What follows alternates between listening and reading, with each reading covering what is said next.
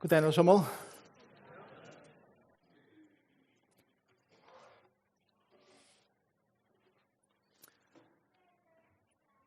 Prædikarin skriver til terra som tåre at liva i barska verleikanden av hvordan livet Han skriver til terra som tåre at hitja hu ærlige at livet og tåre at takla livet og omstøvner som det og som tåre at spyrja ølja skarpar spurningar til livet. Han skriver til terra som suttja og kjenna livsens dist.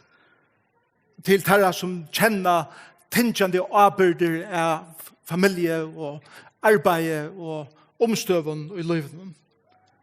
Han skriver til terra som kjenna krøvene av kapping av arbeidsmarknaden. Han skriver til terra som kjenna strongene av at livet opp til deadlines og selv han klarer det. Han skriver til terra som tåra at sia og at suttjo i egene at årene genga undan. Han skriver til terra som tåra at hitja at løyvnen som det og ikkje at løyvnen som det hadde vilja at det vær. Prædikarin ikkje skriver til veikar saler. Han skriver til deg som tåra at spyrja livsens spurningar. Du nøgt over livet? Du nøgt ved ditt liv? Hvis du sverer at ja, så hadde du skal bare fære heim. Fære heim. Du behøver ikke være her.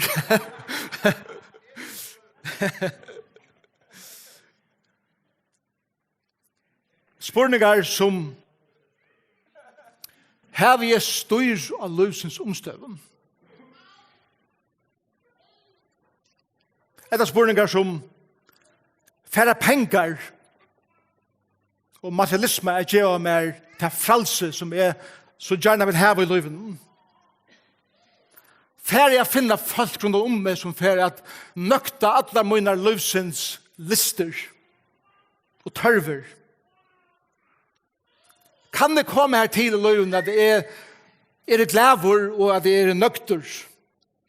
Kan det være så at utbygging og kunnskaper og vitan for å gjøre mer myndelige og makt og mening i livet? For andalighet, det er spirituelle. At gjøre noen mening. Er noen vågen for lengten til liv, som at livet i øttene er kanskje at livet blir avskåret? Er noe større enn dette? Er noe bedre enn at bare komme og møte i løvden i sunnmorgen? Eller at gjøre det som vi gjør, eller ha det familie som vi har. Er noe mer enn det som vi ikke er under solene? Salomon, konkurren i Jerusalem, maveren som har allan visdom, som har allan kunnskap, mer enn nekar annar som livet hever, kallar en samkommer saman og hever en bådskap. Prædikarin, kohelet hebraisk året, og det året om ein som samlar en fjöld, akkurat som vi gjør i morgen, og som fer at hitje at løsensspurningen og venda kvarjon steine og kasta ljós og kvannspurning som vi strøyast vi under solene. Og prøv hitje at vi hu ærlige. Og han har vent kvarjon steine, og han har spurt kvannspurning, og er hukt at løsens omstøven, så sier prædikaren fafangt. Onker omsetta så leis meningslest. Onker andre omsetning sier råte. Onker andre omsetning sier sabeblører. Ja, den beste omsetningen av det hebraiske livet bare fafangt. under solen. Legg mest til at han sier i vers 2, fafongda. Det en sort bruk av målet kan man gjøre det i feitarskrift og understryka tverfer. Til dømes, det aller heiligste, det heiligste av det heiligste. Kongur, konka, herra, og de uttrykkene. Det akkurat som at dette fafongden av ødlen fafongden som det som Salomon sier. Luther les Hasongen, og han døde seg skyldig at denne bogen skulle være i Bibelen hele tiden. Han sier, kan det være til at Gud har sett 12 kapitler av meningsløse innsytt år, at jeg kan bare si hvordan råteløy vi Uten å begynne skyldig at og i bådskapen om fafangt ligger korsene en understreimer som viser korsene hvordan livet skal livast. Salomon har alt. Og Prædikarens son av Davids kongs i Israel. Han har alt. Alt som vi kunne huske oss.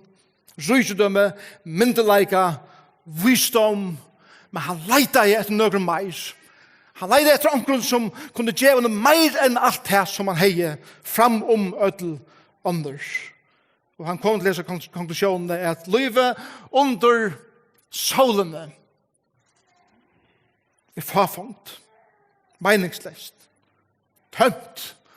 Så jeg vil strøye så strevast, og at han tar strevi og tar strøye, dodja vid og vi færre atter og i måltene. Under solene et likla år, eller likla setninger i Prædikarin. 22 ferir, sier Prædikarin, under solene.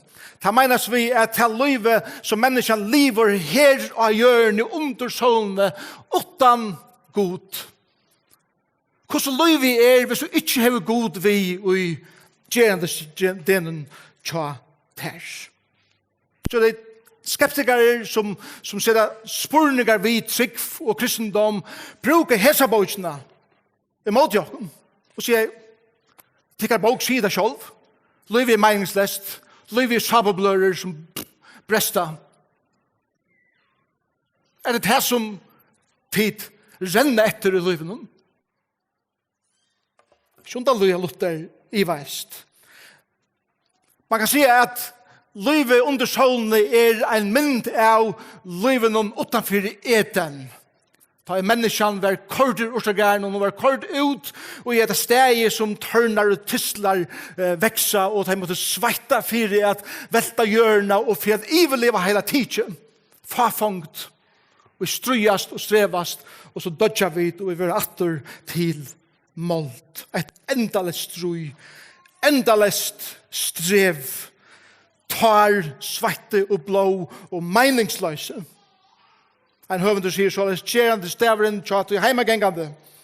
Oppvask, trutja tøymar om dagen, rutta skap, vaska ves, skura gulv, til å renne etter bøtten og være mittelmauer i klandri mittel syskjen, til å køyra bøtten i skola og heimater 23 ferien i vikene, til innkjeip, og til å bæka til innsavningen av bøtten i klassen, til å være foreldre som en ånøkt og tannårenge som ikke noe arbeid for veika saler annars.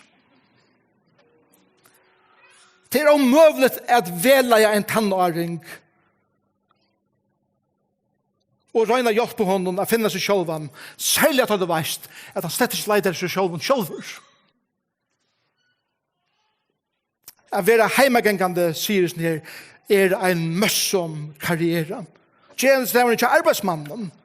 Det strøye å få beinene ut av sandjene kvann morgen. 5-6 stier om vikene, 3 viker om året. Alt dette for å få 2 viker ferie i august, som mest ganger ut på å få en ferie som gjør bøttene glede. Til å spære penger, tar du veldig hever ho å fære ut å kjøpe der nødjan etter landet.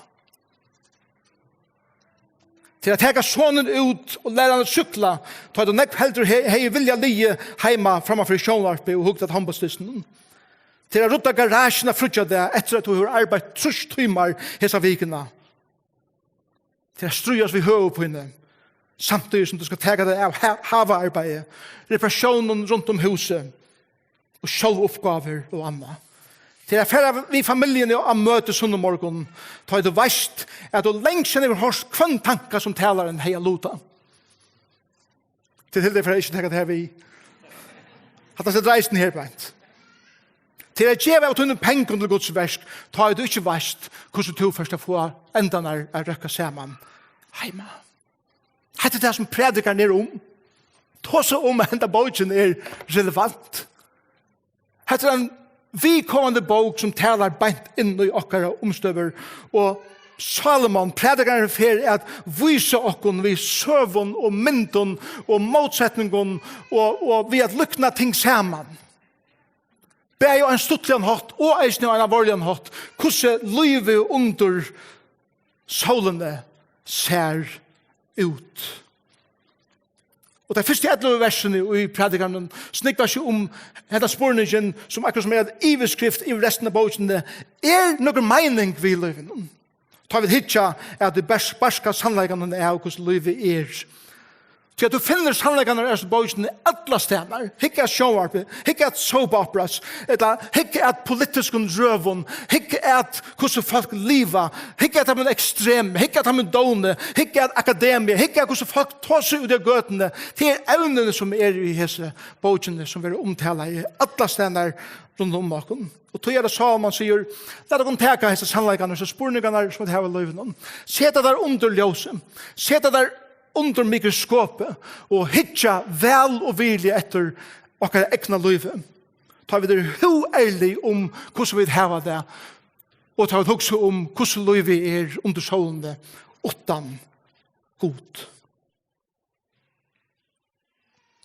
Han sier i vers 2, fafongta, sier Prædikarin. Fafongta, alt fafongt. Kvann vinning hever menneske av ödlen strevesønnen som man pøser seg vi under solene. Og Sverige omkan vinning. Og så, vi får tjøkken geng ödles versen, vi får bare gjøre et ivel i det, men bare lukka hitje at vers 4. Eit atallig fer, og anna kjemer, gjøren stendur i at det hever.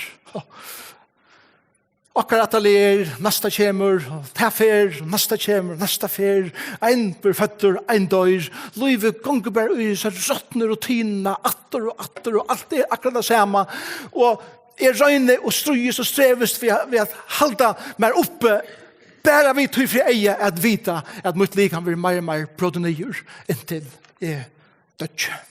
Anker sier så at det skriver til menn og kvinner som kommet til miskais og løyven om midlife crisis. Sier så leis mævren i altrusjonen som nå byrjar å få silvergrå og hare. Vi nå nødt til å kjøpe sånne herlig. Vel og uletten leverkleier, men helst åpe helt nere av nalvan ved en gudkrosse, hengande nere til brynkene. Konen i 1804, som vel badla inn i leverkleiene for å halda rukkenen sammen. Og anledning utstrekt av Botox som man køyrer ui.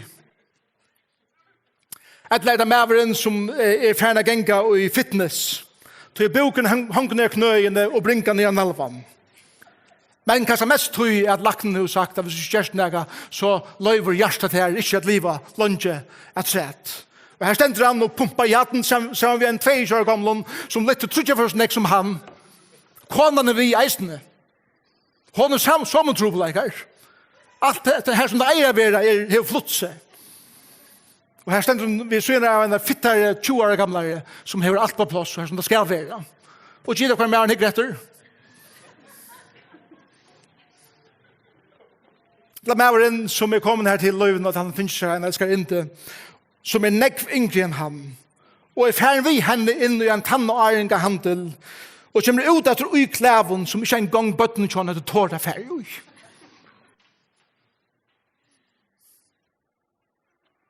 Løyve under solene. Et jeg kunne spørst. Hva er tøyt drog? Hva er tøyt vun? Hva er tøyt skjussur? Hva er innandet to for at dempa og linna tøyna pyne, tøyna spurningar. For åkken kanskje er det ikke nek hese tingene som det er kanskje materialisme og andre ting som vi røyner å finne et eller annet av mening i livet. Hva er det tøyt? Hva er det møyt? Legg meg ikke til vers 5 og 6. Solen kommer opp, solen fornyer. Vi kan enda det ikke der. Solen får opp, solen fornyer, solen kommer opp, solen fornyer. Liv i kauråte, akkurat det samme. Kvantan er vi eneste en dag, så er det bare etter. Solen kommer opp, solen fornyer, og han skundar seg efter til det stedet her som kom opp. Vinteren lakkar nyer i sunnan, og han får opp i norran. Som hører vekkere, vevvannar. Veis vi har lyst til å råde på kvantan er vi eneste en dag, og vi hører vevvannar, og jeg tok det nyer her, bare friske vinter oppi struk, lander inn i estre, 8-13 meter sekunder, minkar nyer låt, frisk låt, 3-8 meter sekunder, setten gul, skudja og stunderreken, hiten alt samdøkre, 20-15 steg, herre god, og så har det ångat i ratt, helter. Ja? Altså, vi hører at kvantan er vi eneste en dag, og regner morgen, så skal inn i solen, morgen, så regner det, og så vi er. Og til akkurat som at prædikaren vil si vi at vi halder til at livet hever en gang i måte en normale, men han sier at faktisk er livet til gangbarting. Og vi ganger medler rundt om en greit som er møy hamrande og interessant. Det det som han sier. Det det som han sier om livet. Og legg meg til vers 14, vi kan lese fra vers 12. Prædikaren var konger i Israel og Jerusalem. Vente hjertemunnen at rannsaka, og vi viste om jeg granska ut alt det som under solen, eller under himmelen hender. Det er trøttande strev, og god har vi givet menneskebøttene pøsa seg vi. Jeg så at alt det og under solen hender. Og så var det alt samalt, fafongt og ettersøkn etter vente.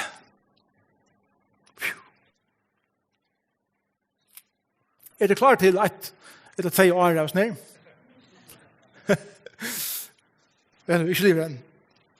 Men husk det kun ettersøkn etter vente, fafongt under solene. Og vi vet det, vi føler det når vi kjenner det. Unge maveren som fer så første arbeidsdag til arbeids og døyr ved en vannlokk. Vi kjenner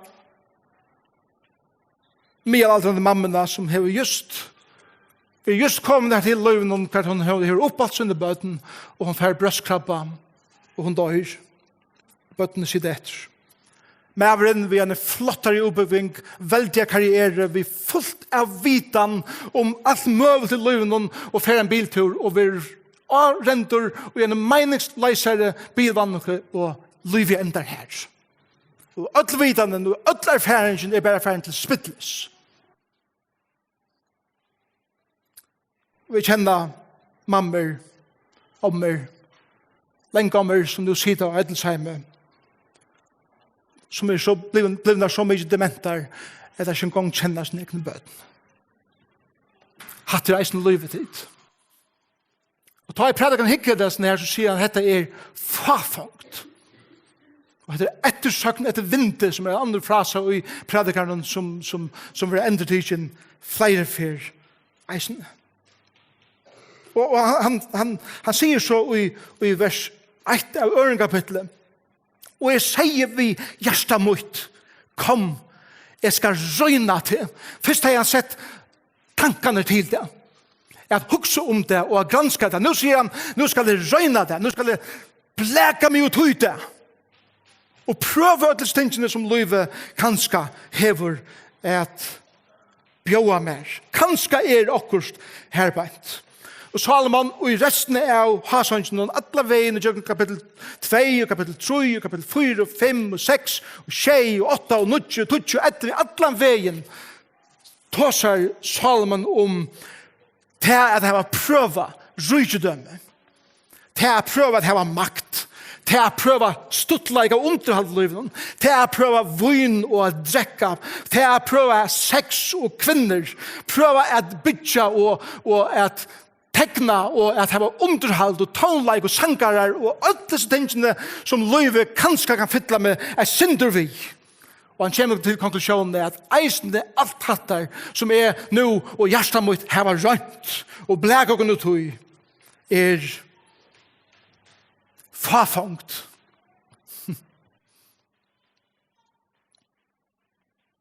Men det som sjokkerar predikaren kanskje allermest til det at han får enig oppfyre at i liven under solen utan god kommer godare steg. Og utan at vi det tog så det blivit en goda dyrskar. Og vi leser om Salomon i 4 Kongebok kapitel 11 og ut etter at Salomon vender sine hjärsta fra gode og han vender seg til at tilbe godars. For han hadde imes nøvn, Baal, Marduk, Ashaher og andre nøvn som der hadde. Men det som Salomon oppdeler i Prædikarin til at han er avgodar enn bare teir som i gjørre ur silver eller godlet og tre eller steine. Til avgodar som vid eisen i det hava vi okon kjalt om vi ikke vende okon og bodde okon fire avgodar som i gjørre at tre eller steine eller silver eller godlet. Så hava vid eisen i okra løyve under solene kjalt vi som kjenner god avgodar i okra løyve. Så jeg tar og vi drøyne at livet livet i egna styrke, så sier jeg at jeg må og jeg skal ha kontroll av mine tilvær. Og vi blir til kontrollsøkjende mennesker som makt av goderen. At jeg skal ha makt og jeg skal ha kontroll. Salomon sier eisende ja, hvis jeg ikke annet gjør mening, så skal penger og materialisme gjøre mer mening, og jeg skal leite etter det. Og marglete blir av godren. Hvis jeg ikke finner det her, så skal jeg få forhold. Være kone min, eller mannen min, eller viner min, eller elsker indon, eller elsker, eller hva det så så skal jeg finne at folk utenfra kunne nøkta tar tørver, og tar gyrnter, og tar lister som jeg har. Og det blir forholdt som blir avgodren her. Jeg skal være nøkter. Jeg skal være glæver. Jeg skal finne underhold i løyvene. Jeg skal fytle meg vi ødlene som heimer kan bjøve mer og stuttla ikke blir min avgoders. For omkring åkken det vitan. Jeg skal ha en grad at den BA ikke godt nok, MA ikke godt nok. Jeg skal helt opp til denne PhD for at finne et eller annet i livet. Og kunnskaper blir dere avgoders, visdommer. Og nå sier jeg kanskje det til andelige som får jeg gjøre mer mening, og å søke inn i det spirituelle, og knapt bli religion mine avgoders.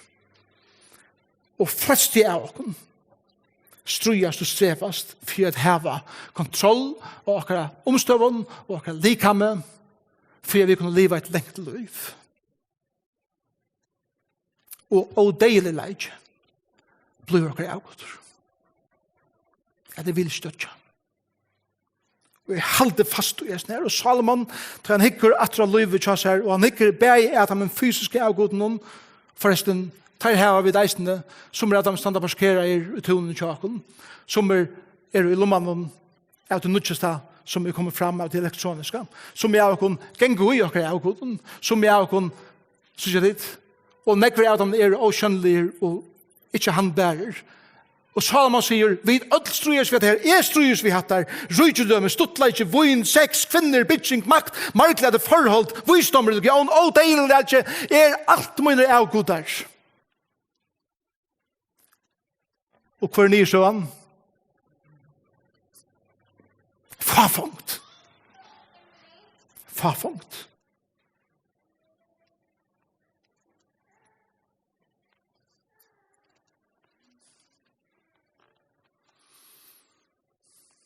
Jeg tror det er for at boken ikke bare om hatter.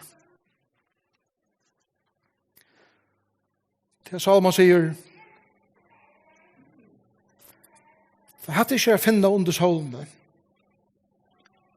det svært å finne.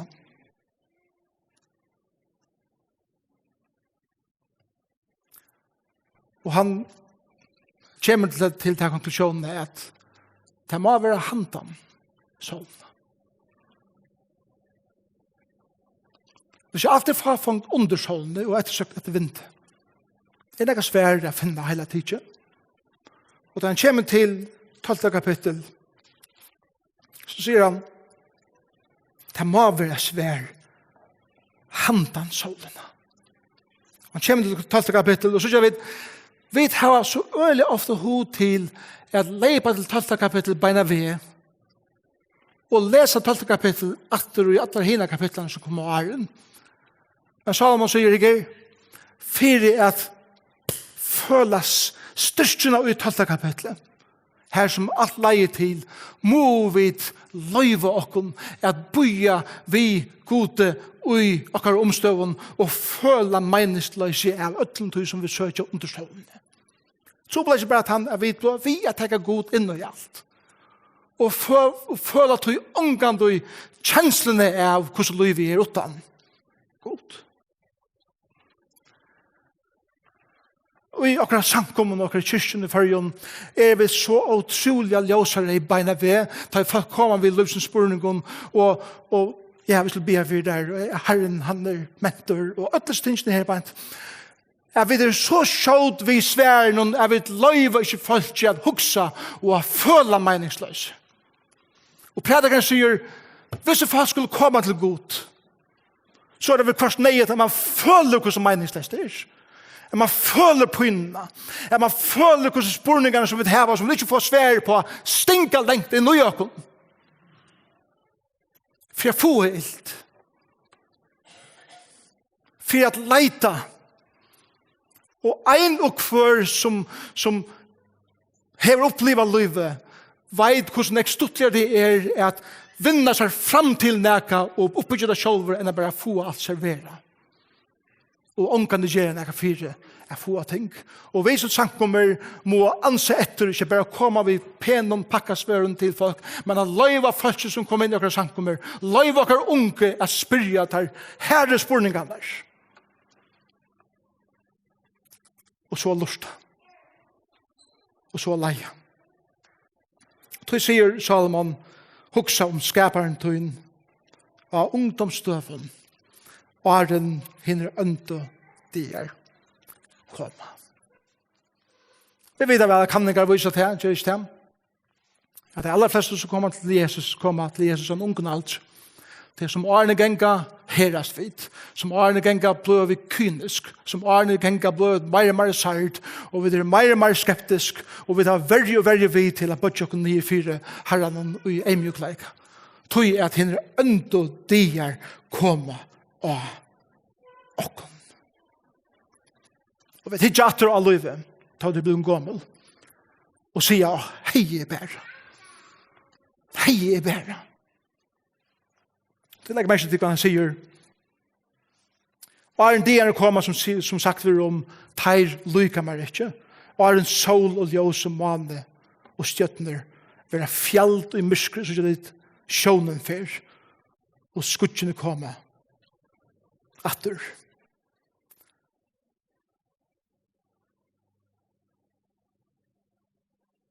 Vers 5. Ta en store fyrk fyrjare brekko. Og ikke genga trappene langer. Og ikke genga modbrekkene langer til at knøyene er ferdig. Og er en silvertraveren slittnar og godskalen brottnar. Og er en krukkan såra sunder. Og så videre. Vers 6 og er en duste for atre måltene og verer som tar vær over og anden for at det er god som gav han. Vi er eldast. Vi er vikna.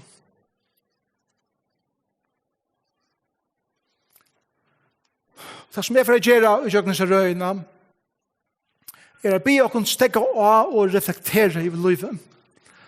Og at tåre spyrje hvor spurninger om hver vi av livsleiene. Samtidig som ferdig at kasta hese lytle søyene inn i omstående sjåken som minner oss av god vil at vi hitja handan solene samtidig som vi lever livet under solene. Og vi spyr oss selv hver mine avgoder, hver mine spurningar. Og vi kommer vidt heimen oppe og ærlige. Det fleste folk i det livet under solene. Og det ikke bare de her ute, det eisende vi her inne som kjenner god, som lever livet under solene. Og nye stående til Salman at han må være handan solene Sverige. Så spurningen, skal jeg bare djeve opp? Eller skal jeg stramme meg opp? Eller skal jeg hidje opp? Og Salman sier, faktisk, og i jøkken livet under solene kommer god alle tøyene inn ved gaven til dere. Alle tøyene. Og det som så utrolig avhørt vi ikke har sannsyn, Prædikarin, til at til først disse lille bitene i jøkken alle kapitlene som akkurat som pikkete luker som vil lette opp som minner noe av god del stier. Av god del til verska. Og i hver kapittel vil det minne av et eller annet av god til verska. Gaver Guds være eisende djuna til okkom under solene det som Prædikarin vil ha okkom å skilja. Det så det hvis vi bare ikke fullkomne meningsløse eisende til dem som kjenner god, så det nesten som å si det ikke bedre god bare til himmel så kjøtt som vi var frelst så var det tidsen heim så var fra livet her. Men til å skilja fangtar livet under solene eisende et liv kan vi kunne ha egen vend handan solene. Jeg kan lese vers kapittel 2 og vers 24. Bare for å gjøre litt lukene her på et. Det jo ikke lukka som stender til menneskene selv. Det selv. At jeg kan ete og drekke og gjøre seg gode dier i ødelen strevesynen. Jeg tror det så ikke at eisen hetta kommer fra hånd Guds. Han sier som har sagt, hvor kan ete og hvor kan njóta neka og tanna det vil. Så det litt luke her på en for åkna suttja at alt i Guds hånd. Eisen i kapittel 9, vers 6, sier så færtøy og et breitøyt vi glede og drekt vintøyt vi glavun hjärsta til god hever lengt syjande godkjent til og til gjerst. At en annen lille luka kan han minner oss nå at ui farfangda liven korsene korsene Guds gaver til okkara og alla veien i jøkken alla veien hetta en annen likla frasa et og drekk og vi gled. Fra Nya testamentet Jesus sier et, drekk og vi gled. Vi en helt øren sjånarbeid. Og det den epikuriska filosofien til krikkaren, som Jesus sier, hadde meningsløst. Men til Salman var det annerledes, til han har jo prøvet alt. Og han sier, til han ikke svære tog. Men vi gode, og i hesten her, liven som vi lever av hjørne, til og hever til mening, selv om det farfangt. Selv om livet farfangt, og det ikke at det ærlige, så det korsene verst at livet. Vi får ånga det få handatøkene av livet. Vi får ånga det få makt i våre omstøven. Men vi kunne suttje til at god djever og gaver fra honom som handan solna, innskjer han at djever og gaver. Og tog det at Salomon kommer til disse konklusjonene, som jeg hadde lært i alle bøkene i dette. God ræver. God drev. Bøkte fyrene. Nummer 2. God gåver. Njøt hans gaver under solen. Om du hever et arbeid, ikke ferdig arbeid som morgen og sier alt farfangt. Ferdig arbeidsmorgen og gjør det arbeid så vel som du kanst. Og ut så nekk som du kanst og vel som du kanst. Om du først har nødjan det i morgen, så det eisende galdende hans nøye og hans trofaste nødj kvanna i morgen. Så njød det inn til fullnær det som Prædikarin eisende sier. Selv om det tidsi var farfangt og farfangt, njød det som god hever givet her. Njød livet til fullnær. Njød alt det som jeg har kanna, sier Salomon. Njød mat. Njød vin. Njød sex. Sammen kone kjøy der, og kone sammen mann kjøy der. Njød av ferast. Njød tunne utbyggving. Njød tunne karriere. Njød alt det som livet annars bjør der til fullnær. Ta du her egen vend, handan solneisen som du lever under solene. Njød Guds gaver. Så han sier, god rattviser. Øttast han og livlivet saman vi honom.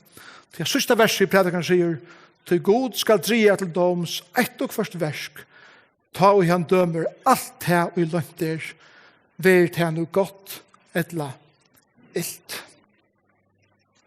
Vi gjør når hun to og standa til ansvar for alt som vi gjør. Alt. Troanen etter omkring større og bedre for alt og jeg være her, kjøtt her og kjøtt mer.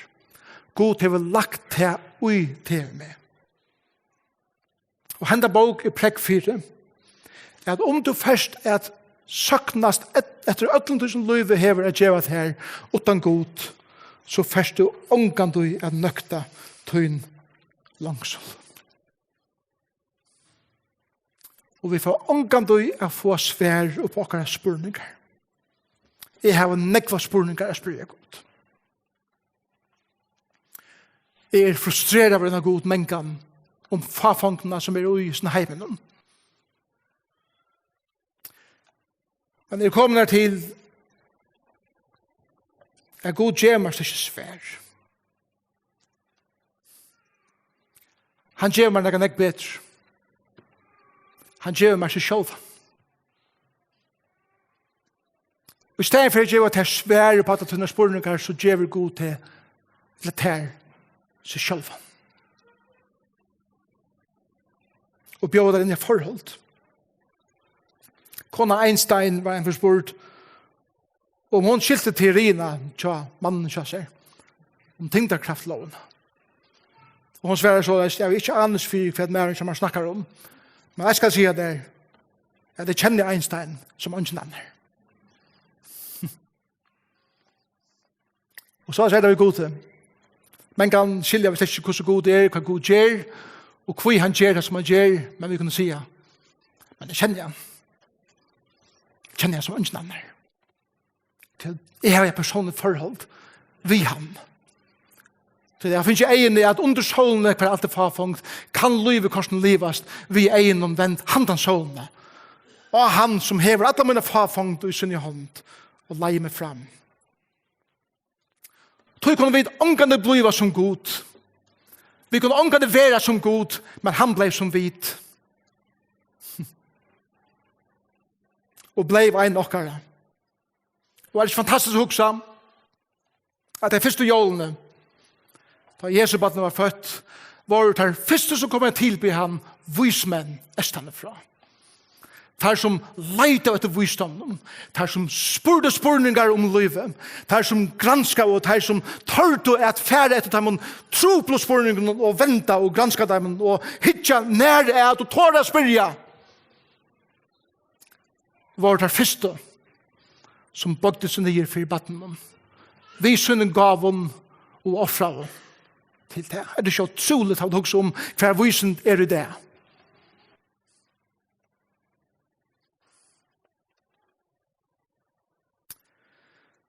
Og så leser vi noe som heter at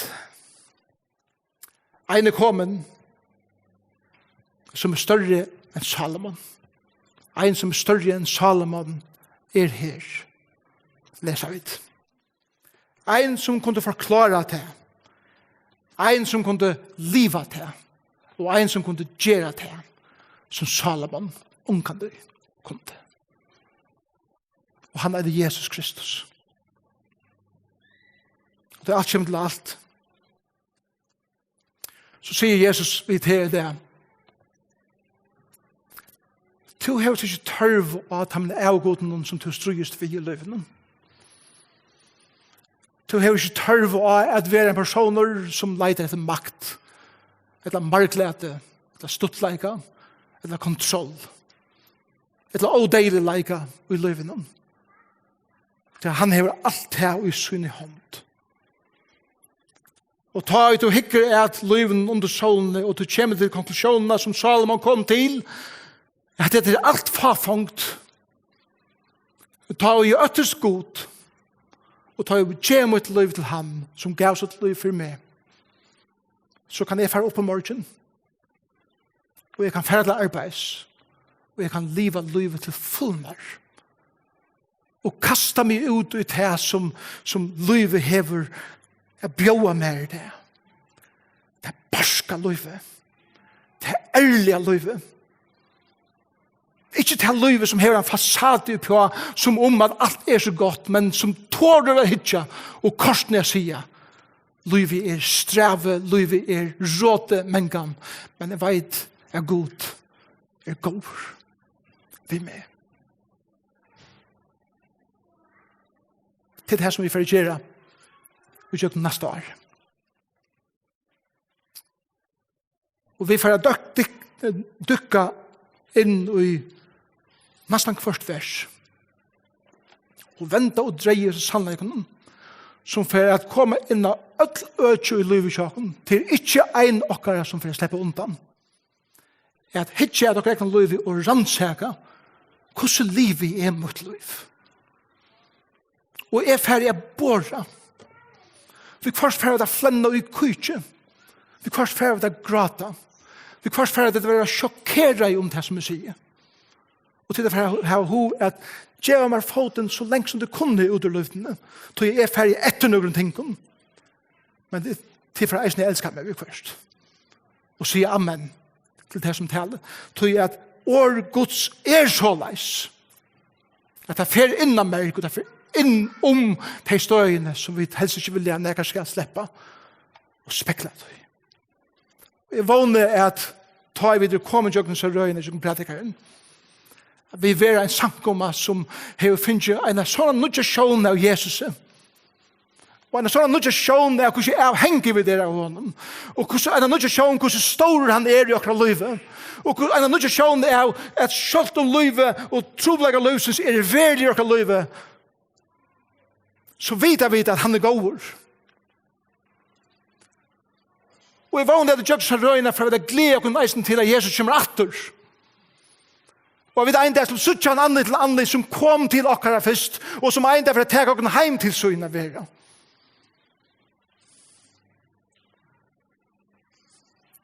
Og bare okkara knøfer i hånden, og i stedet for å si farfangta, jeg sier konger, konga. Og Herre, Herre. Slå be sammen.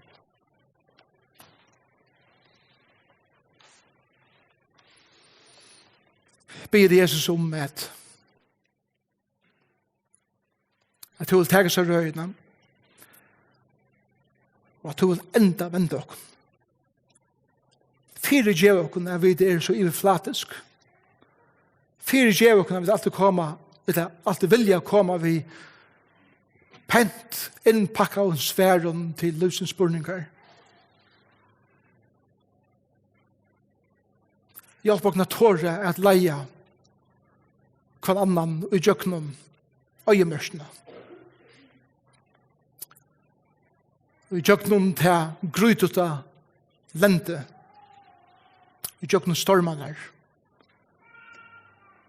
Iver aldenar. Jeg vil tåle heglingen som løyve blækar etter oss.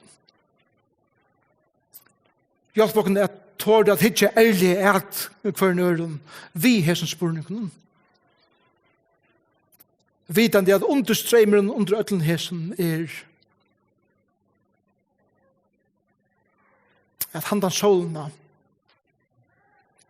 ein som helder mer og ødlom i sunn hånd. Fyre djøkken herre, fyre tar avgodar som har i min løyve. Kan jeg røyne ha kontroll? Kan jeg røyne ha finne svær til spurningar som ikke kunne sværast? Kan jeg røyne leita meg etter underhalde som kan stilla mine gjernd etter meir. Fyre djøkken. Hjelp oss å komme her til. Vi bør ikke fyrt her. Og henne under der kommer. Kan lika med brottene nyer. Måte fyr. Og livet vil livet. Og her vil vi vite at en og for akkurat som sitter her, det skal en det. Eina fer andas sin sista andadrott. Eina fer ver det sista slæge i min hjärsta. Og hvor godt det ta ikke kjenne til. Og at øttes til. Og hinne meg at suttje til andligt landligt. Og at være bojen velkommen heim. Løyvi her minner dere nå at vi er ikke heime enn. Vi er ferheim. Og herre, som vi ferast heim, så blir vi at vi skal leve akkurat liv vel her. Til fullmer. Jeg kaster dere ut i at det er gode gavner som du har givet dere at leve og vi under solene. Men vi tar som akkurat første prioritet at søgja rydde Guds fest. Og er alltid. Sikna seg røyna, sikna kommande åren, som vi færre gjøkken Prædikarin, var som det er. Og jeg ber herre om at om onker her i det, som hever spurningar, som ikke kommer kjenne til, som ikke gjør sitt liv til tøyen, at jeg i det her skulle få en og fire hvordan jeg tenker elsker jeg til her. Pryser er over tøtt navn. Og i Jesu navn. Amen. Just vel, sangere, tonlegere. Vi har et her kvannsumnen der som til vita. Vi har et forbønner tøyme av folk som har et her tjenestene i løften at jeg ikke blir fyrt her. Og det er en tjeneste som vi ikke tar helt alvorlig, tog at bøn virker. Og om det er det som hever spurningar, eller Guds ande hever noe et eller annet til liv som gjør at du føler at du har bruk for det, eller byen for det, eller tås av jankran, så er det folk her i det til det. Her en sikten det kom, og her en gåa viken, massa sundag, så færer vi at Jógvan genga til første versene i kapittel 1. Og for å hitte at hvordan fafungt ser ut.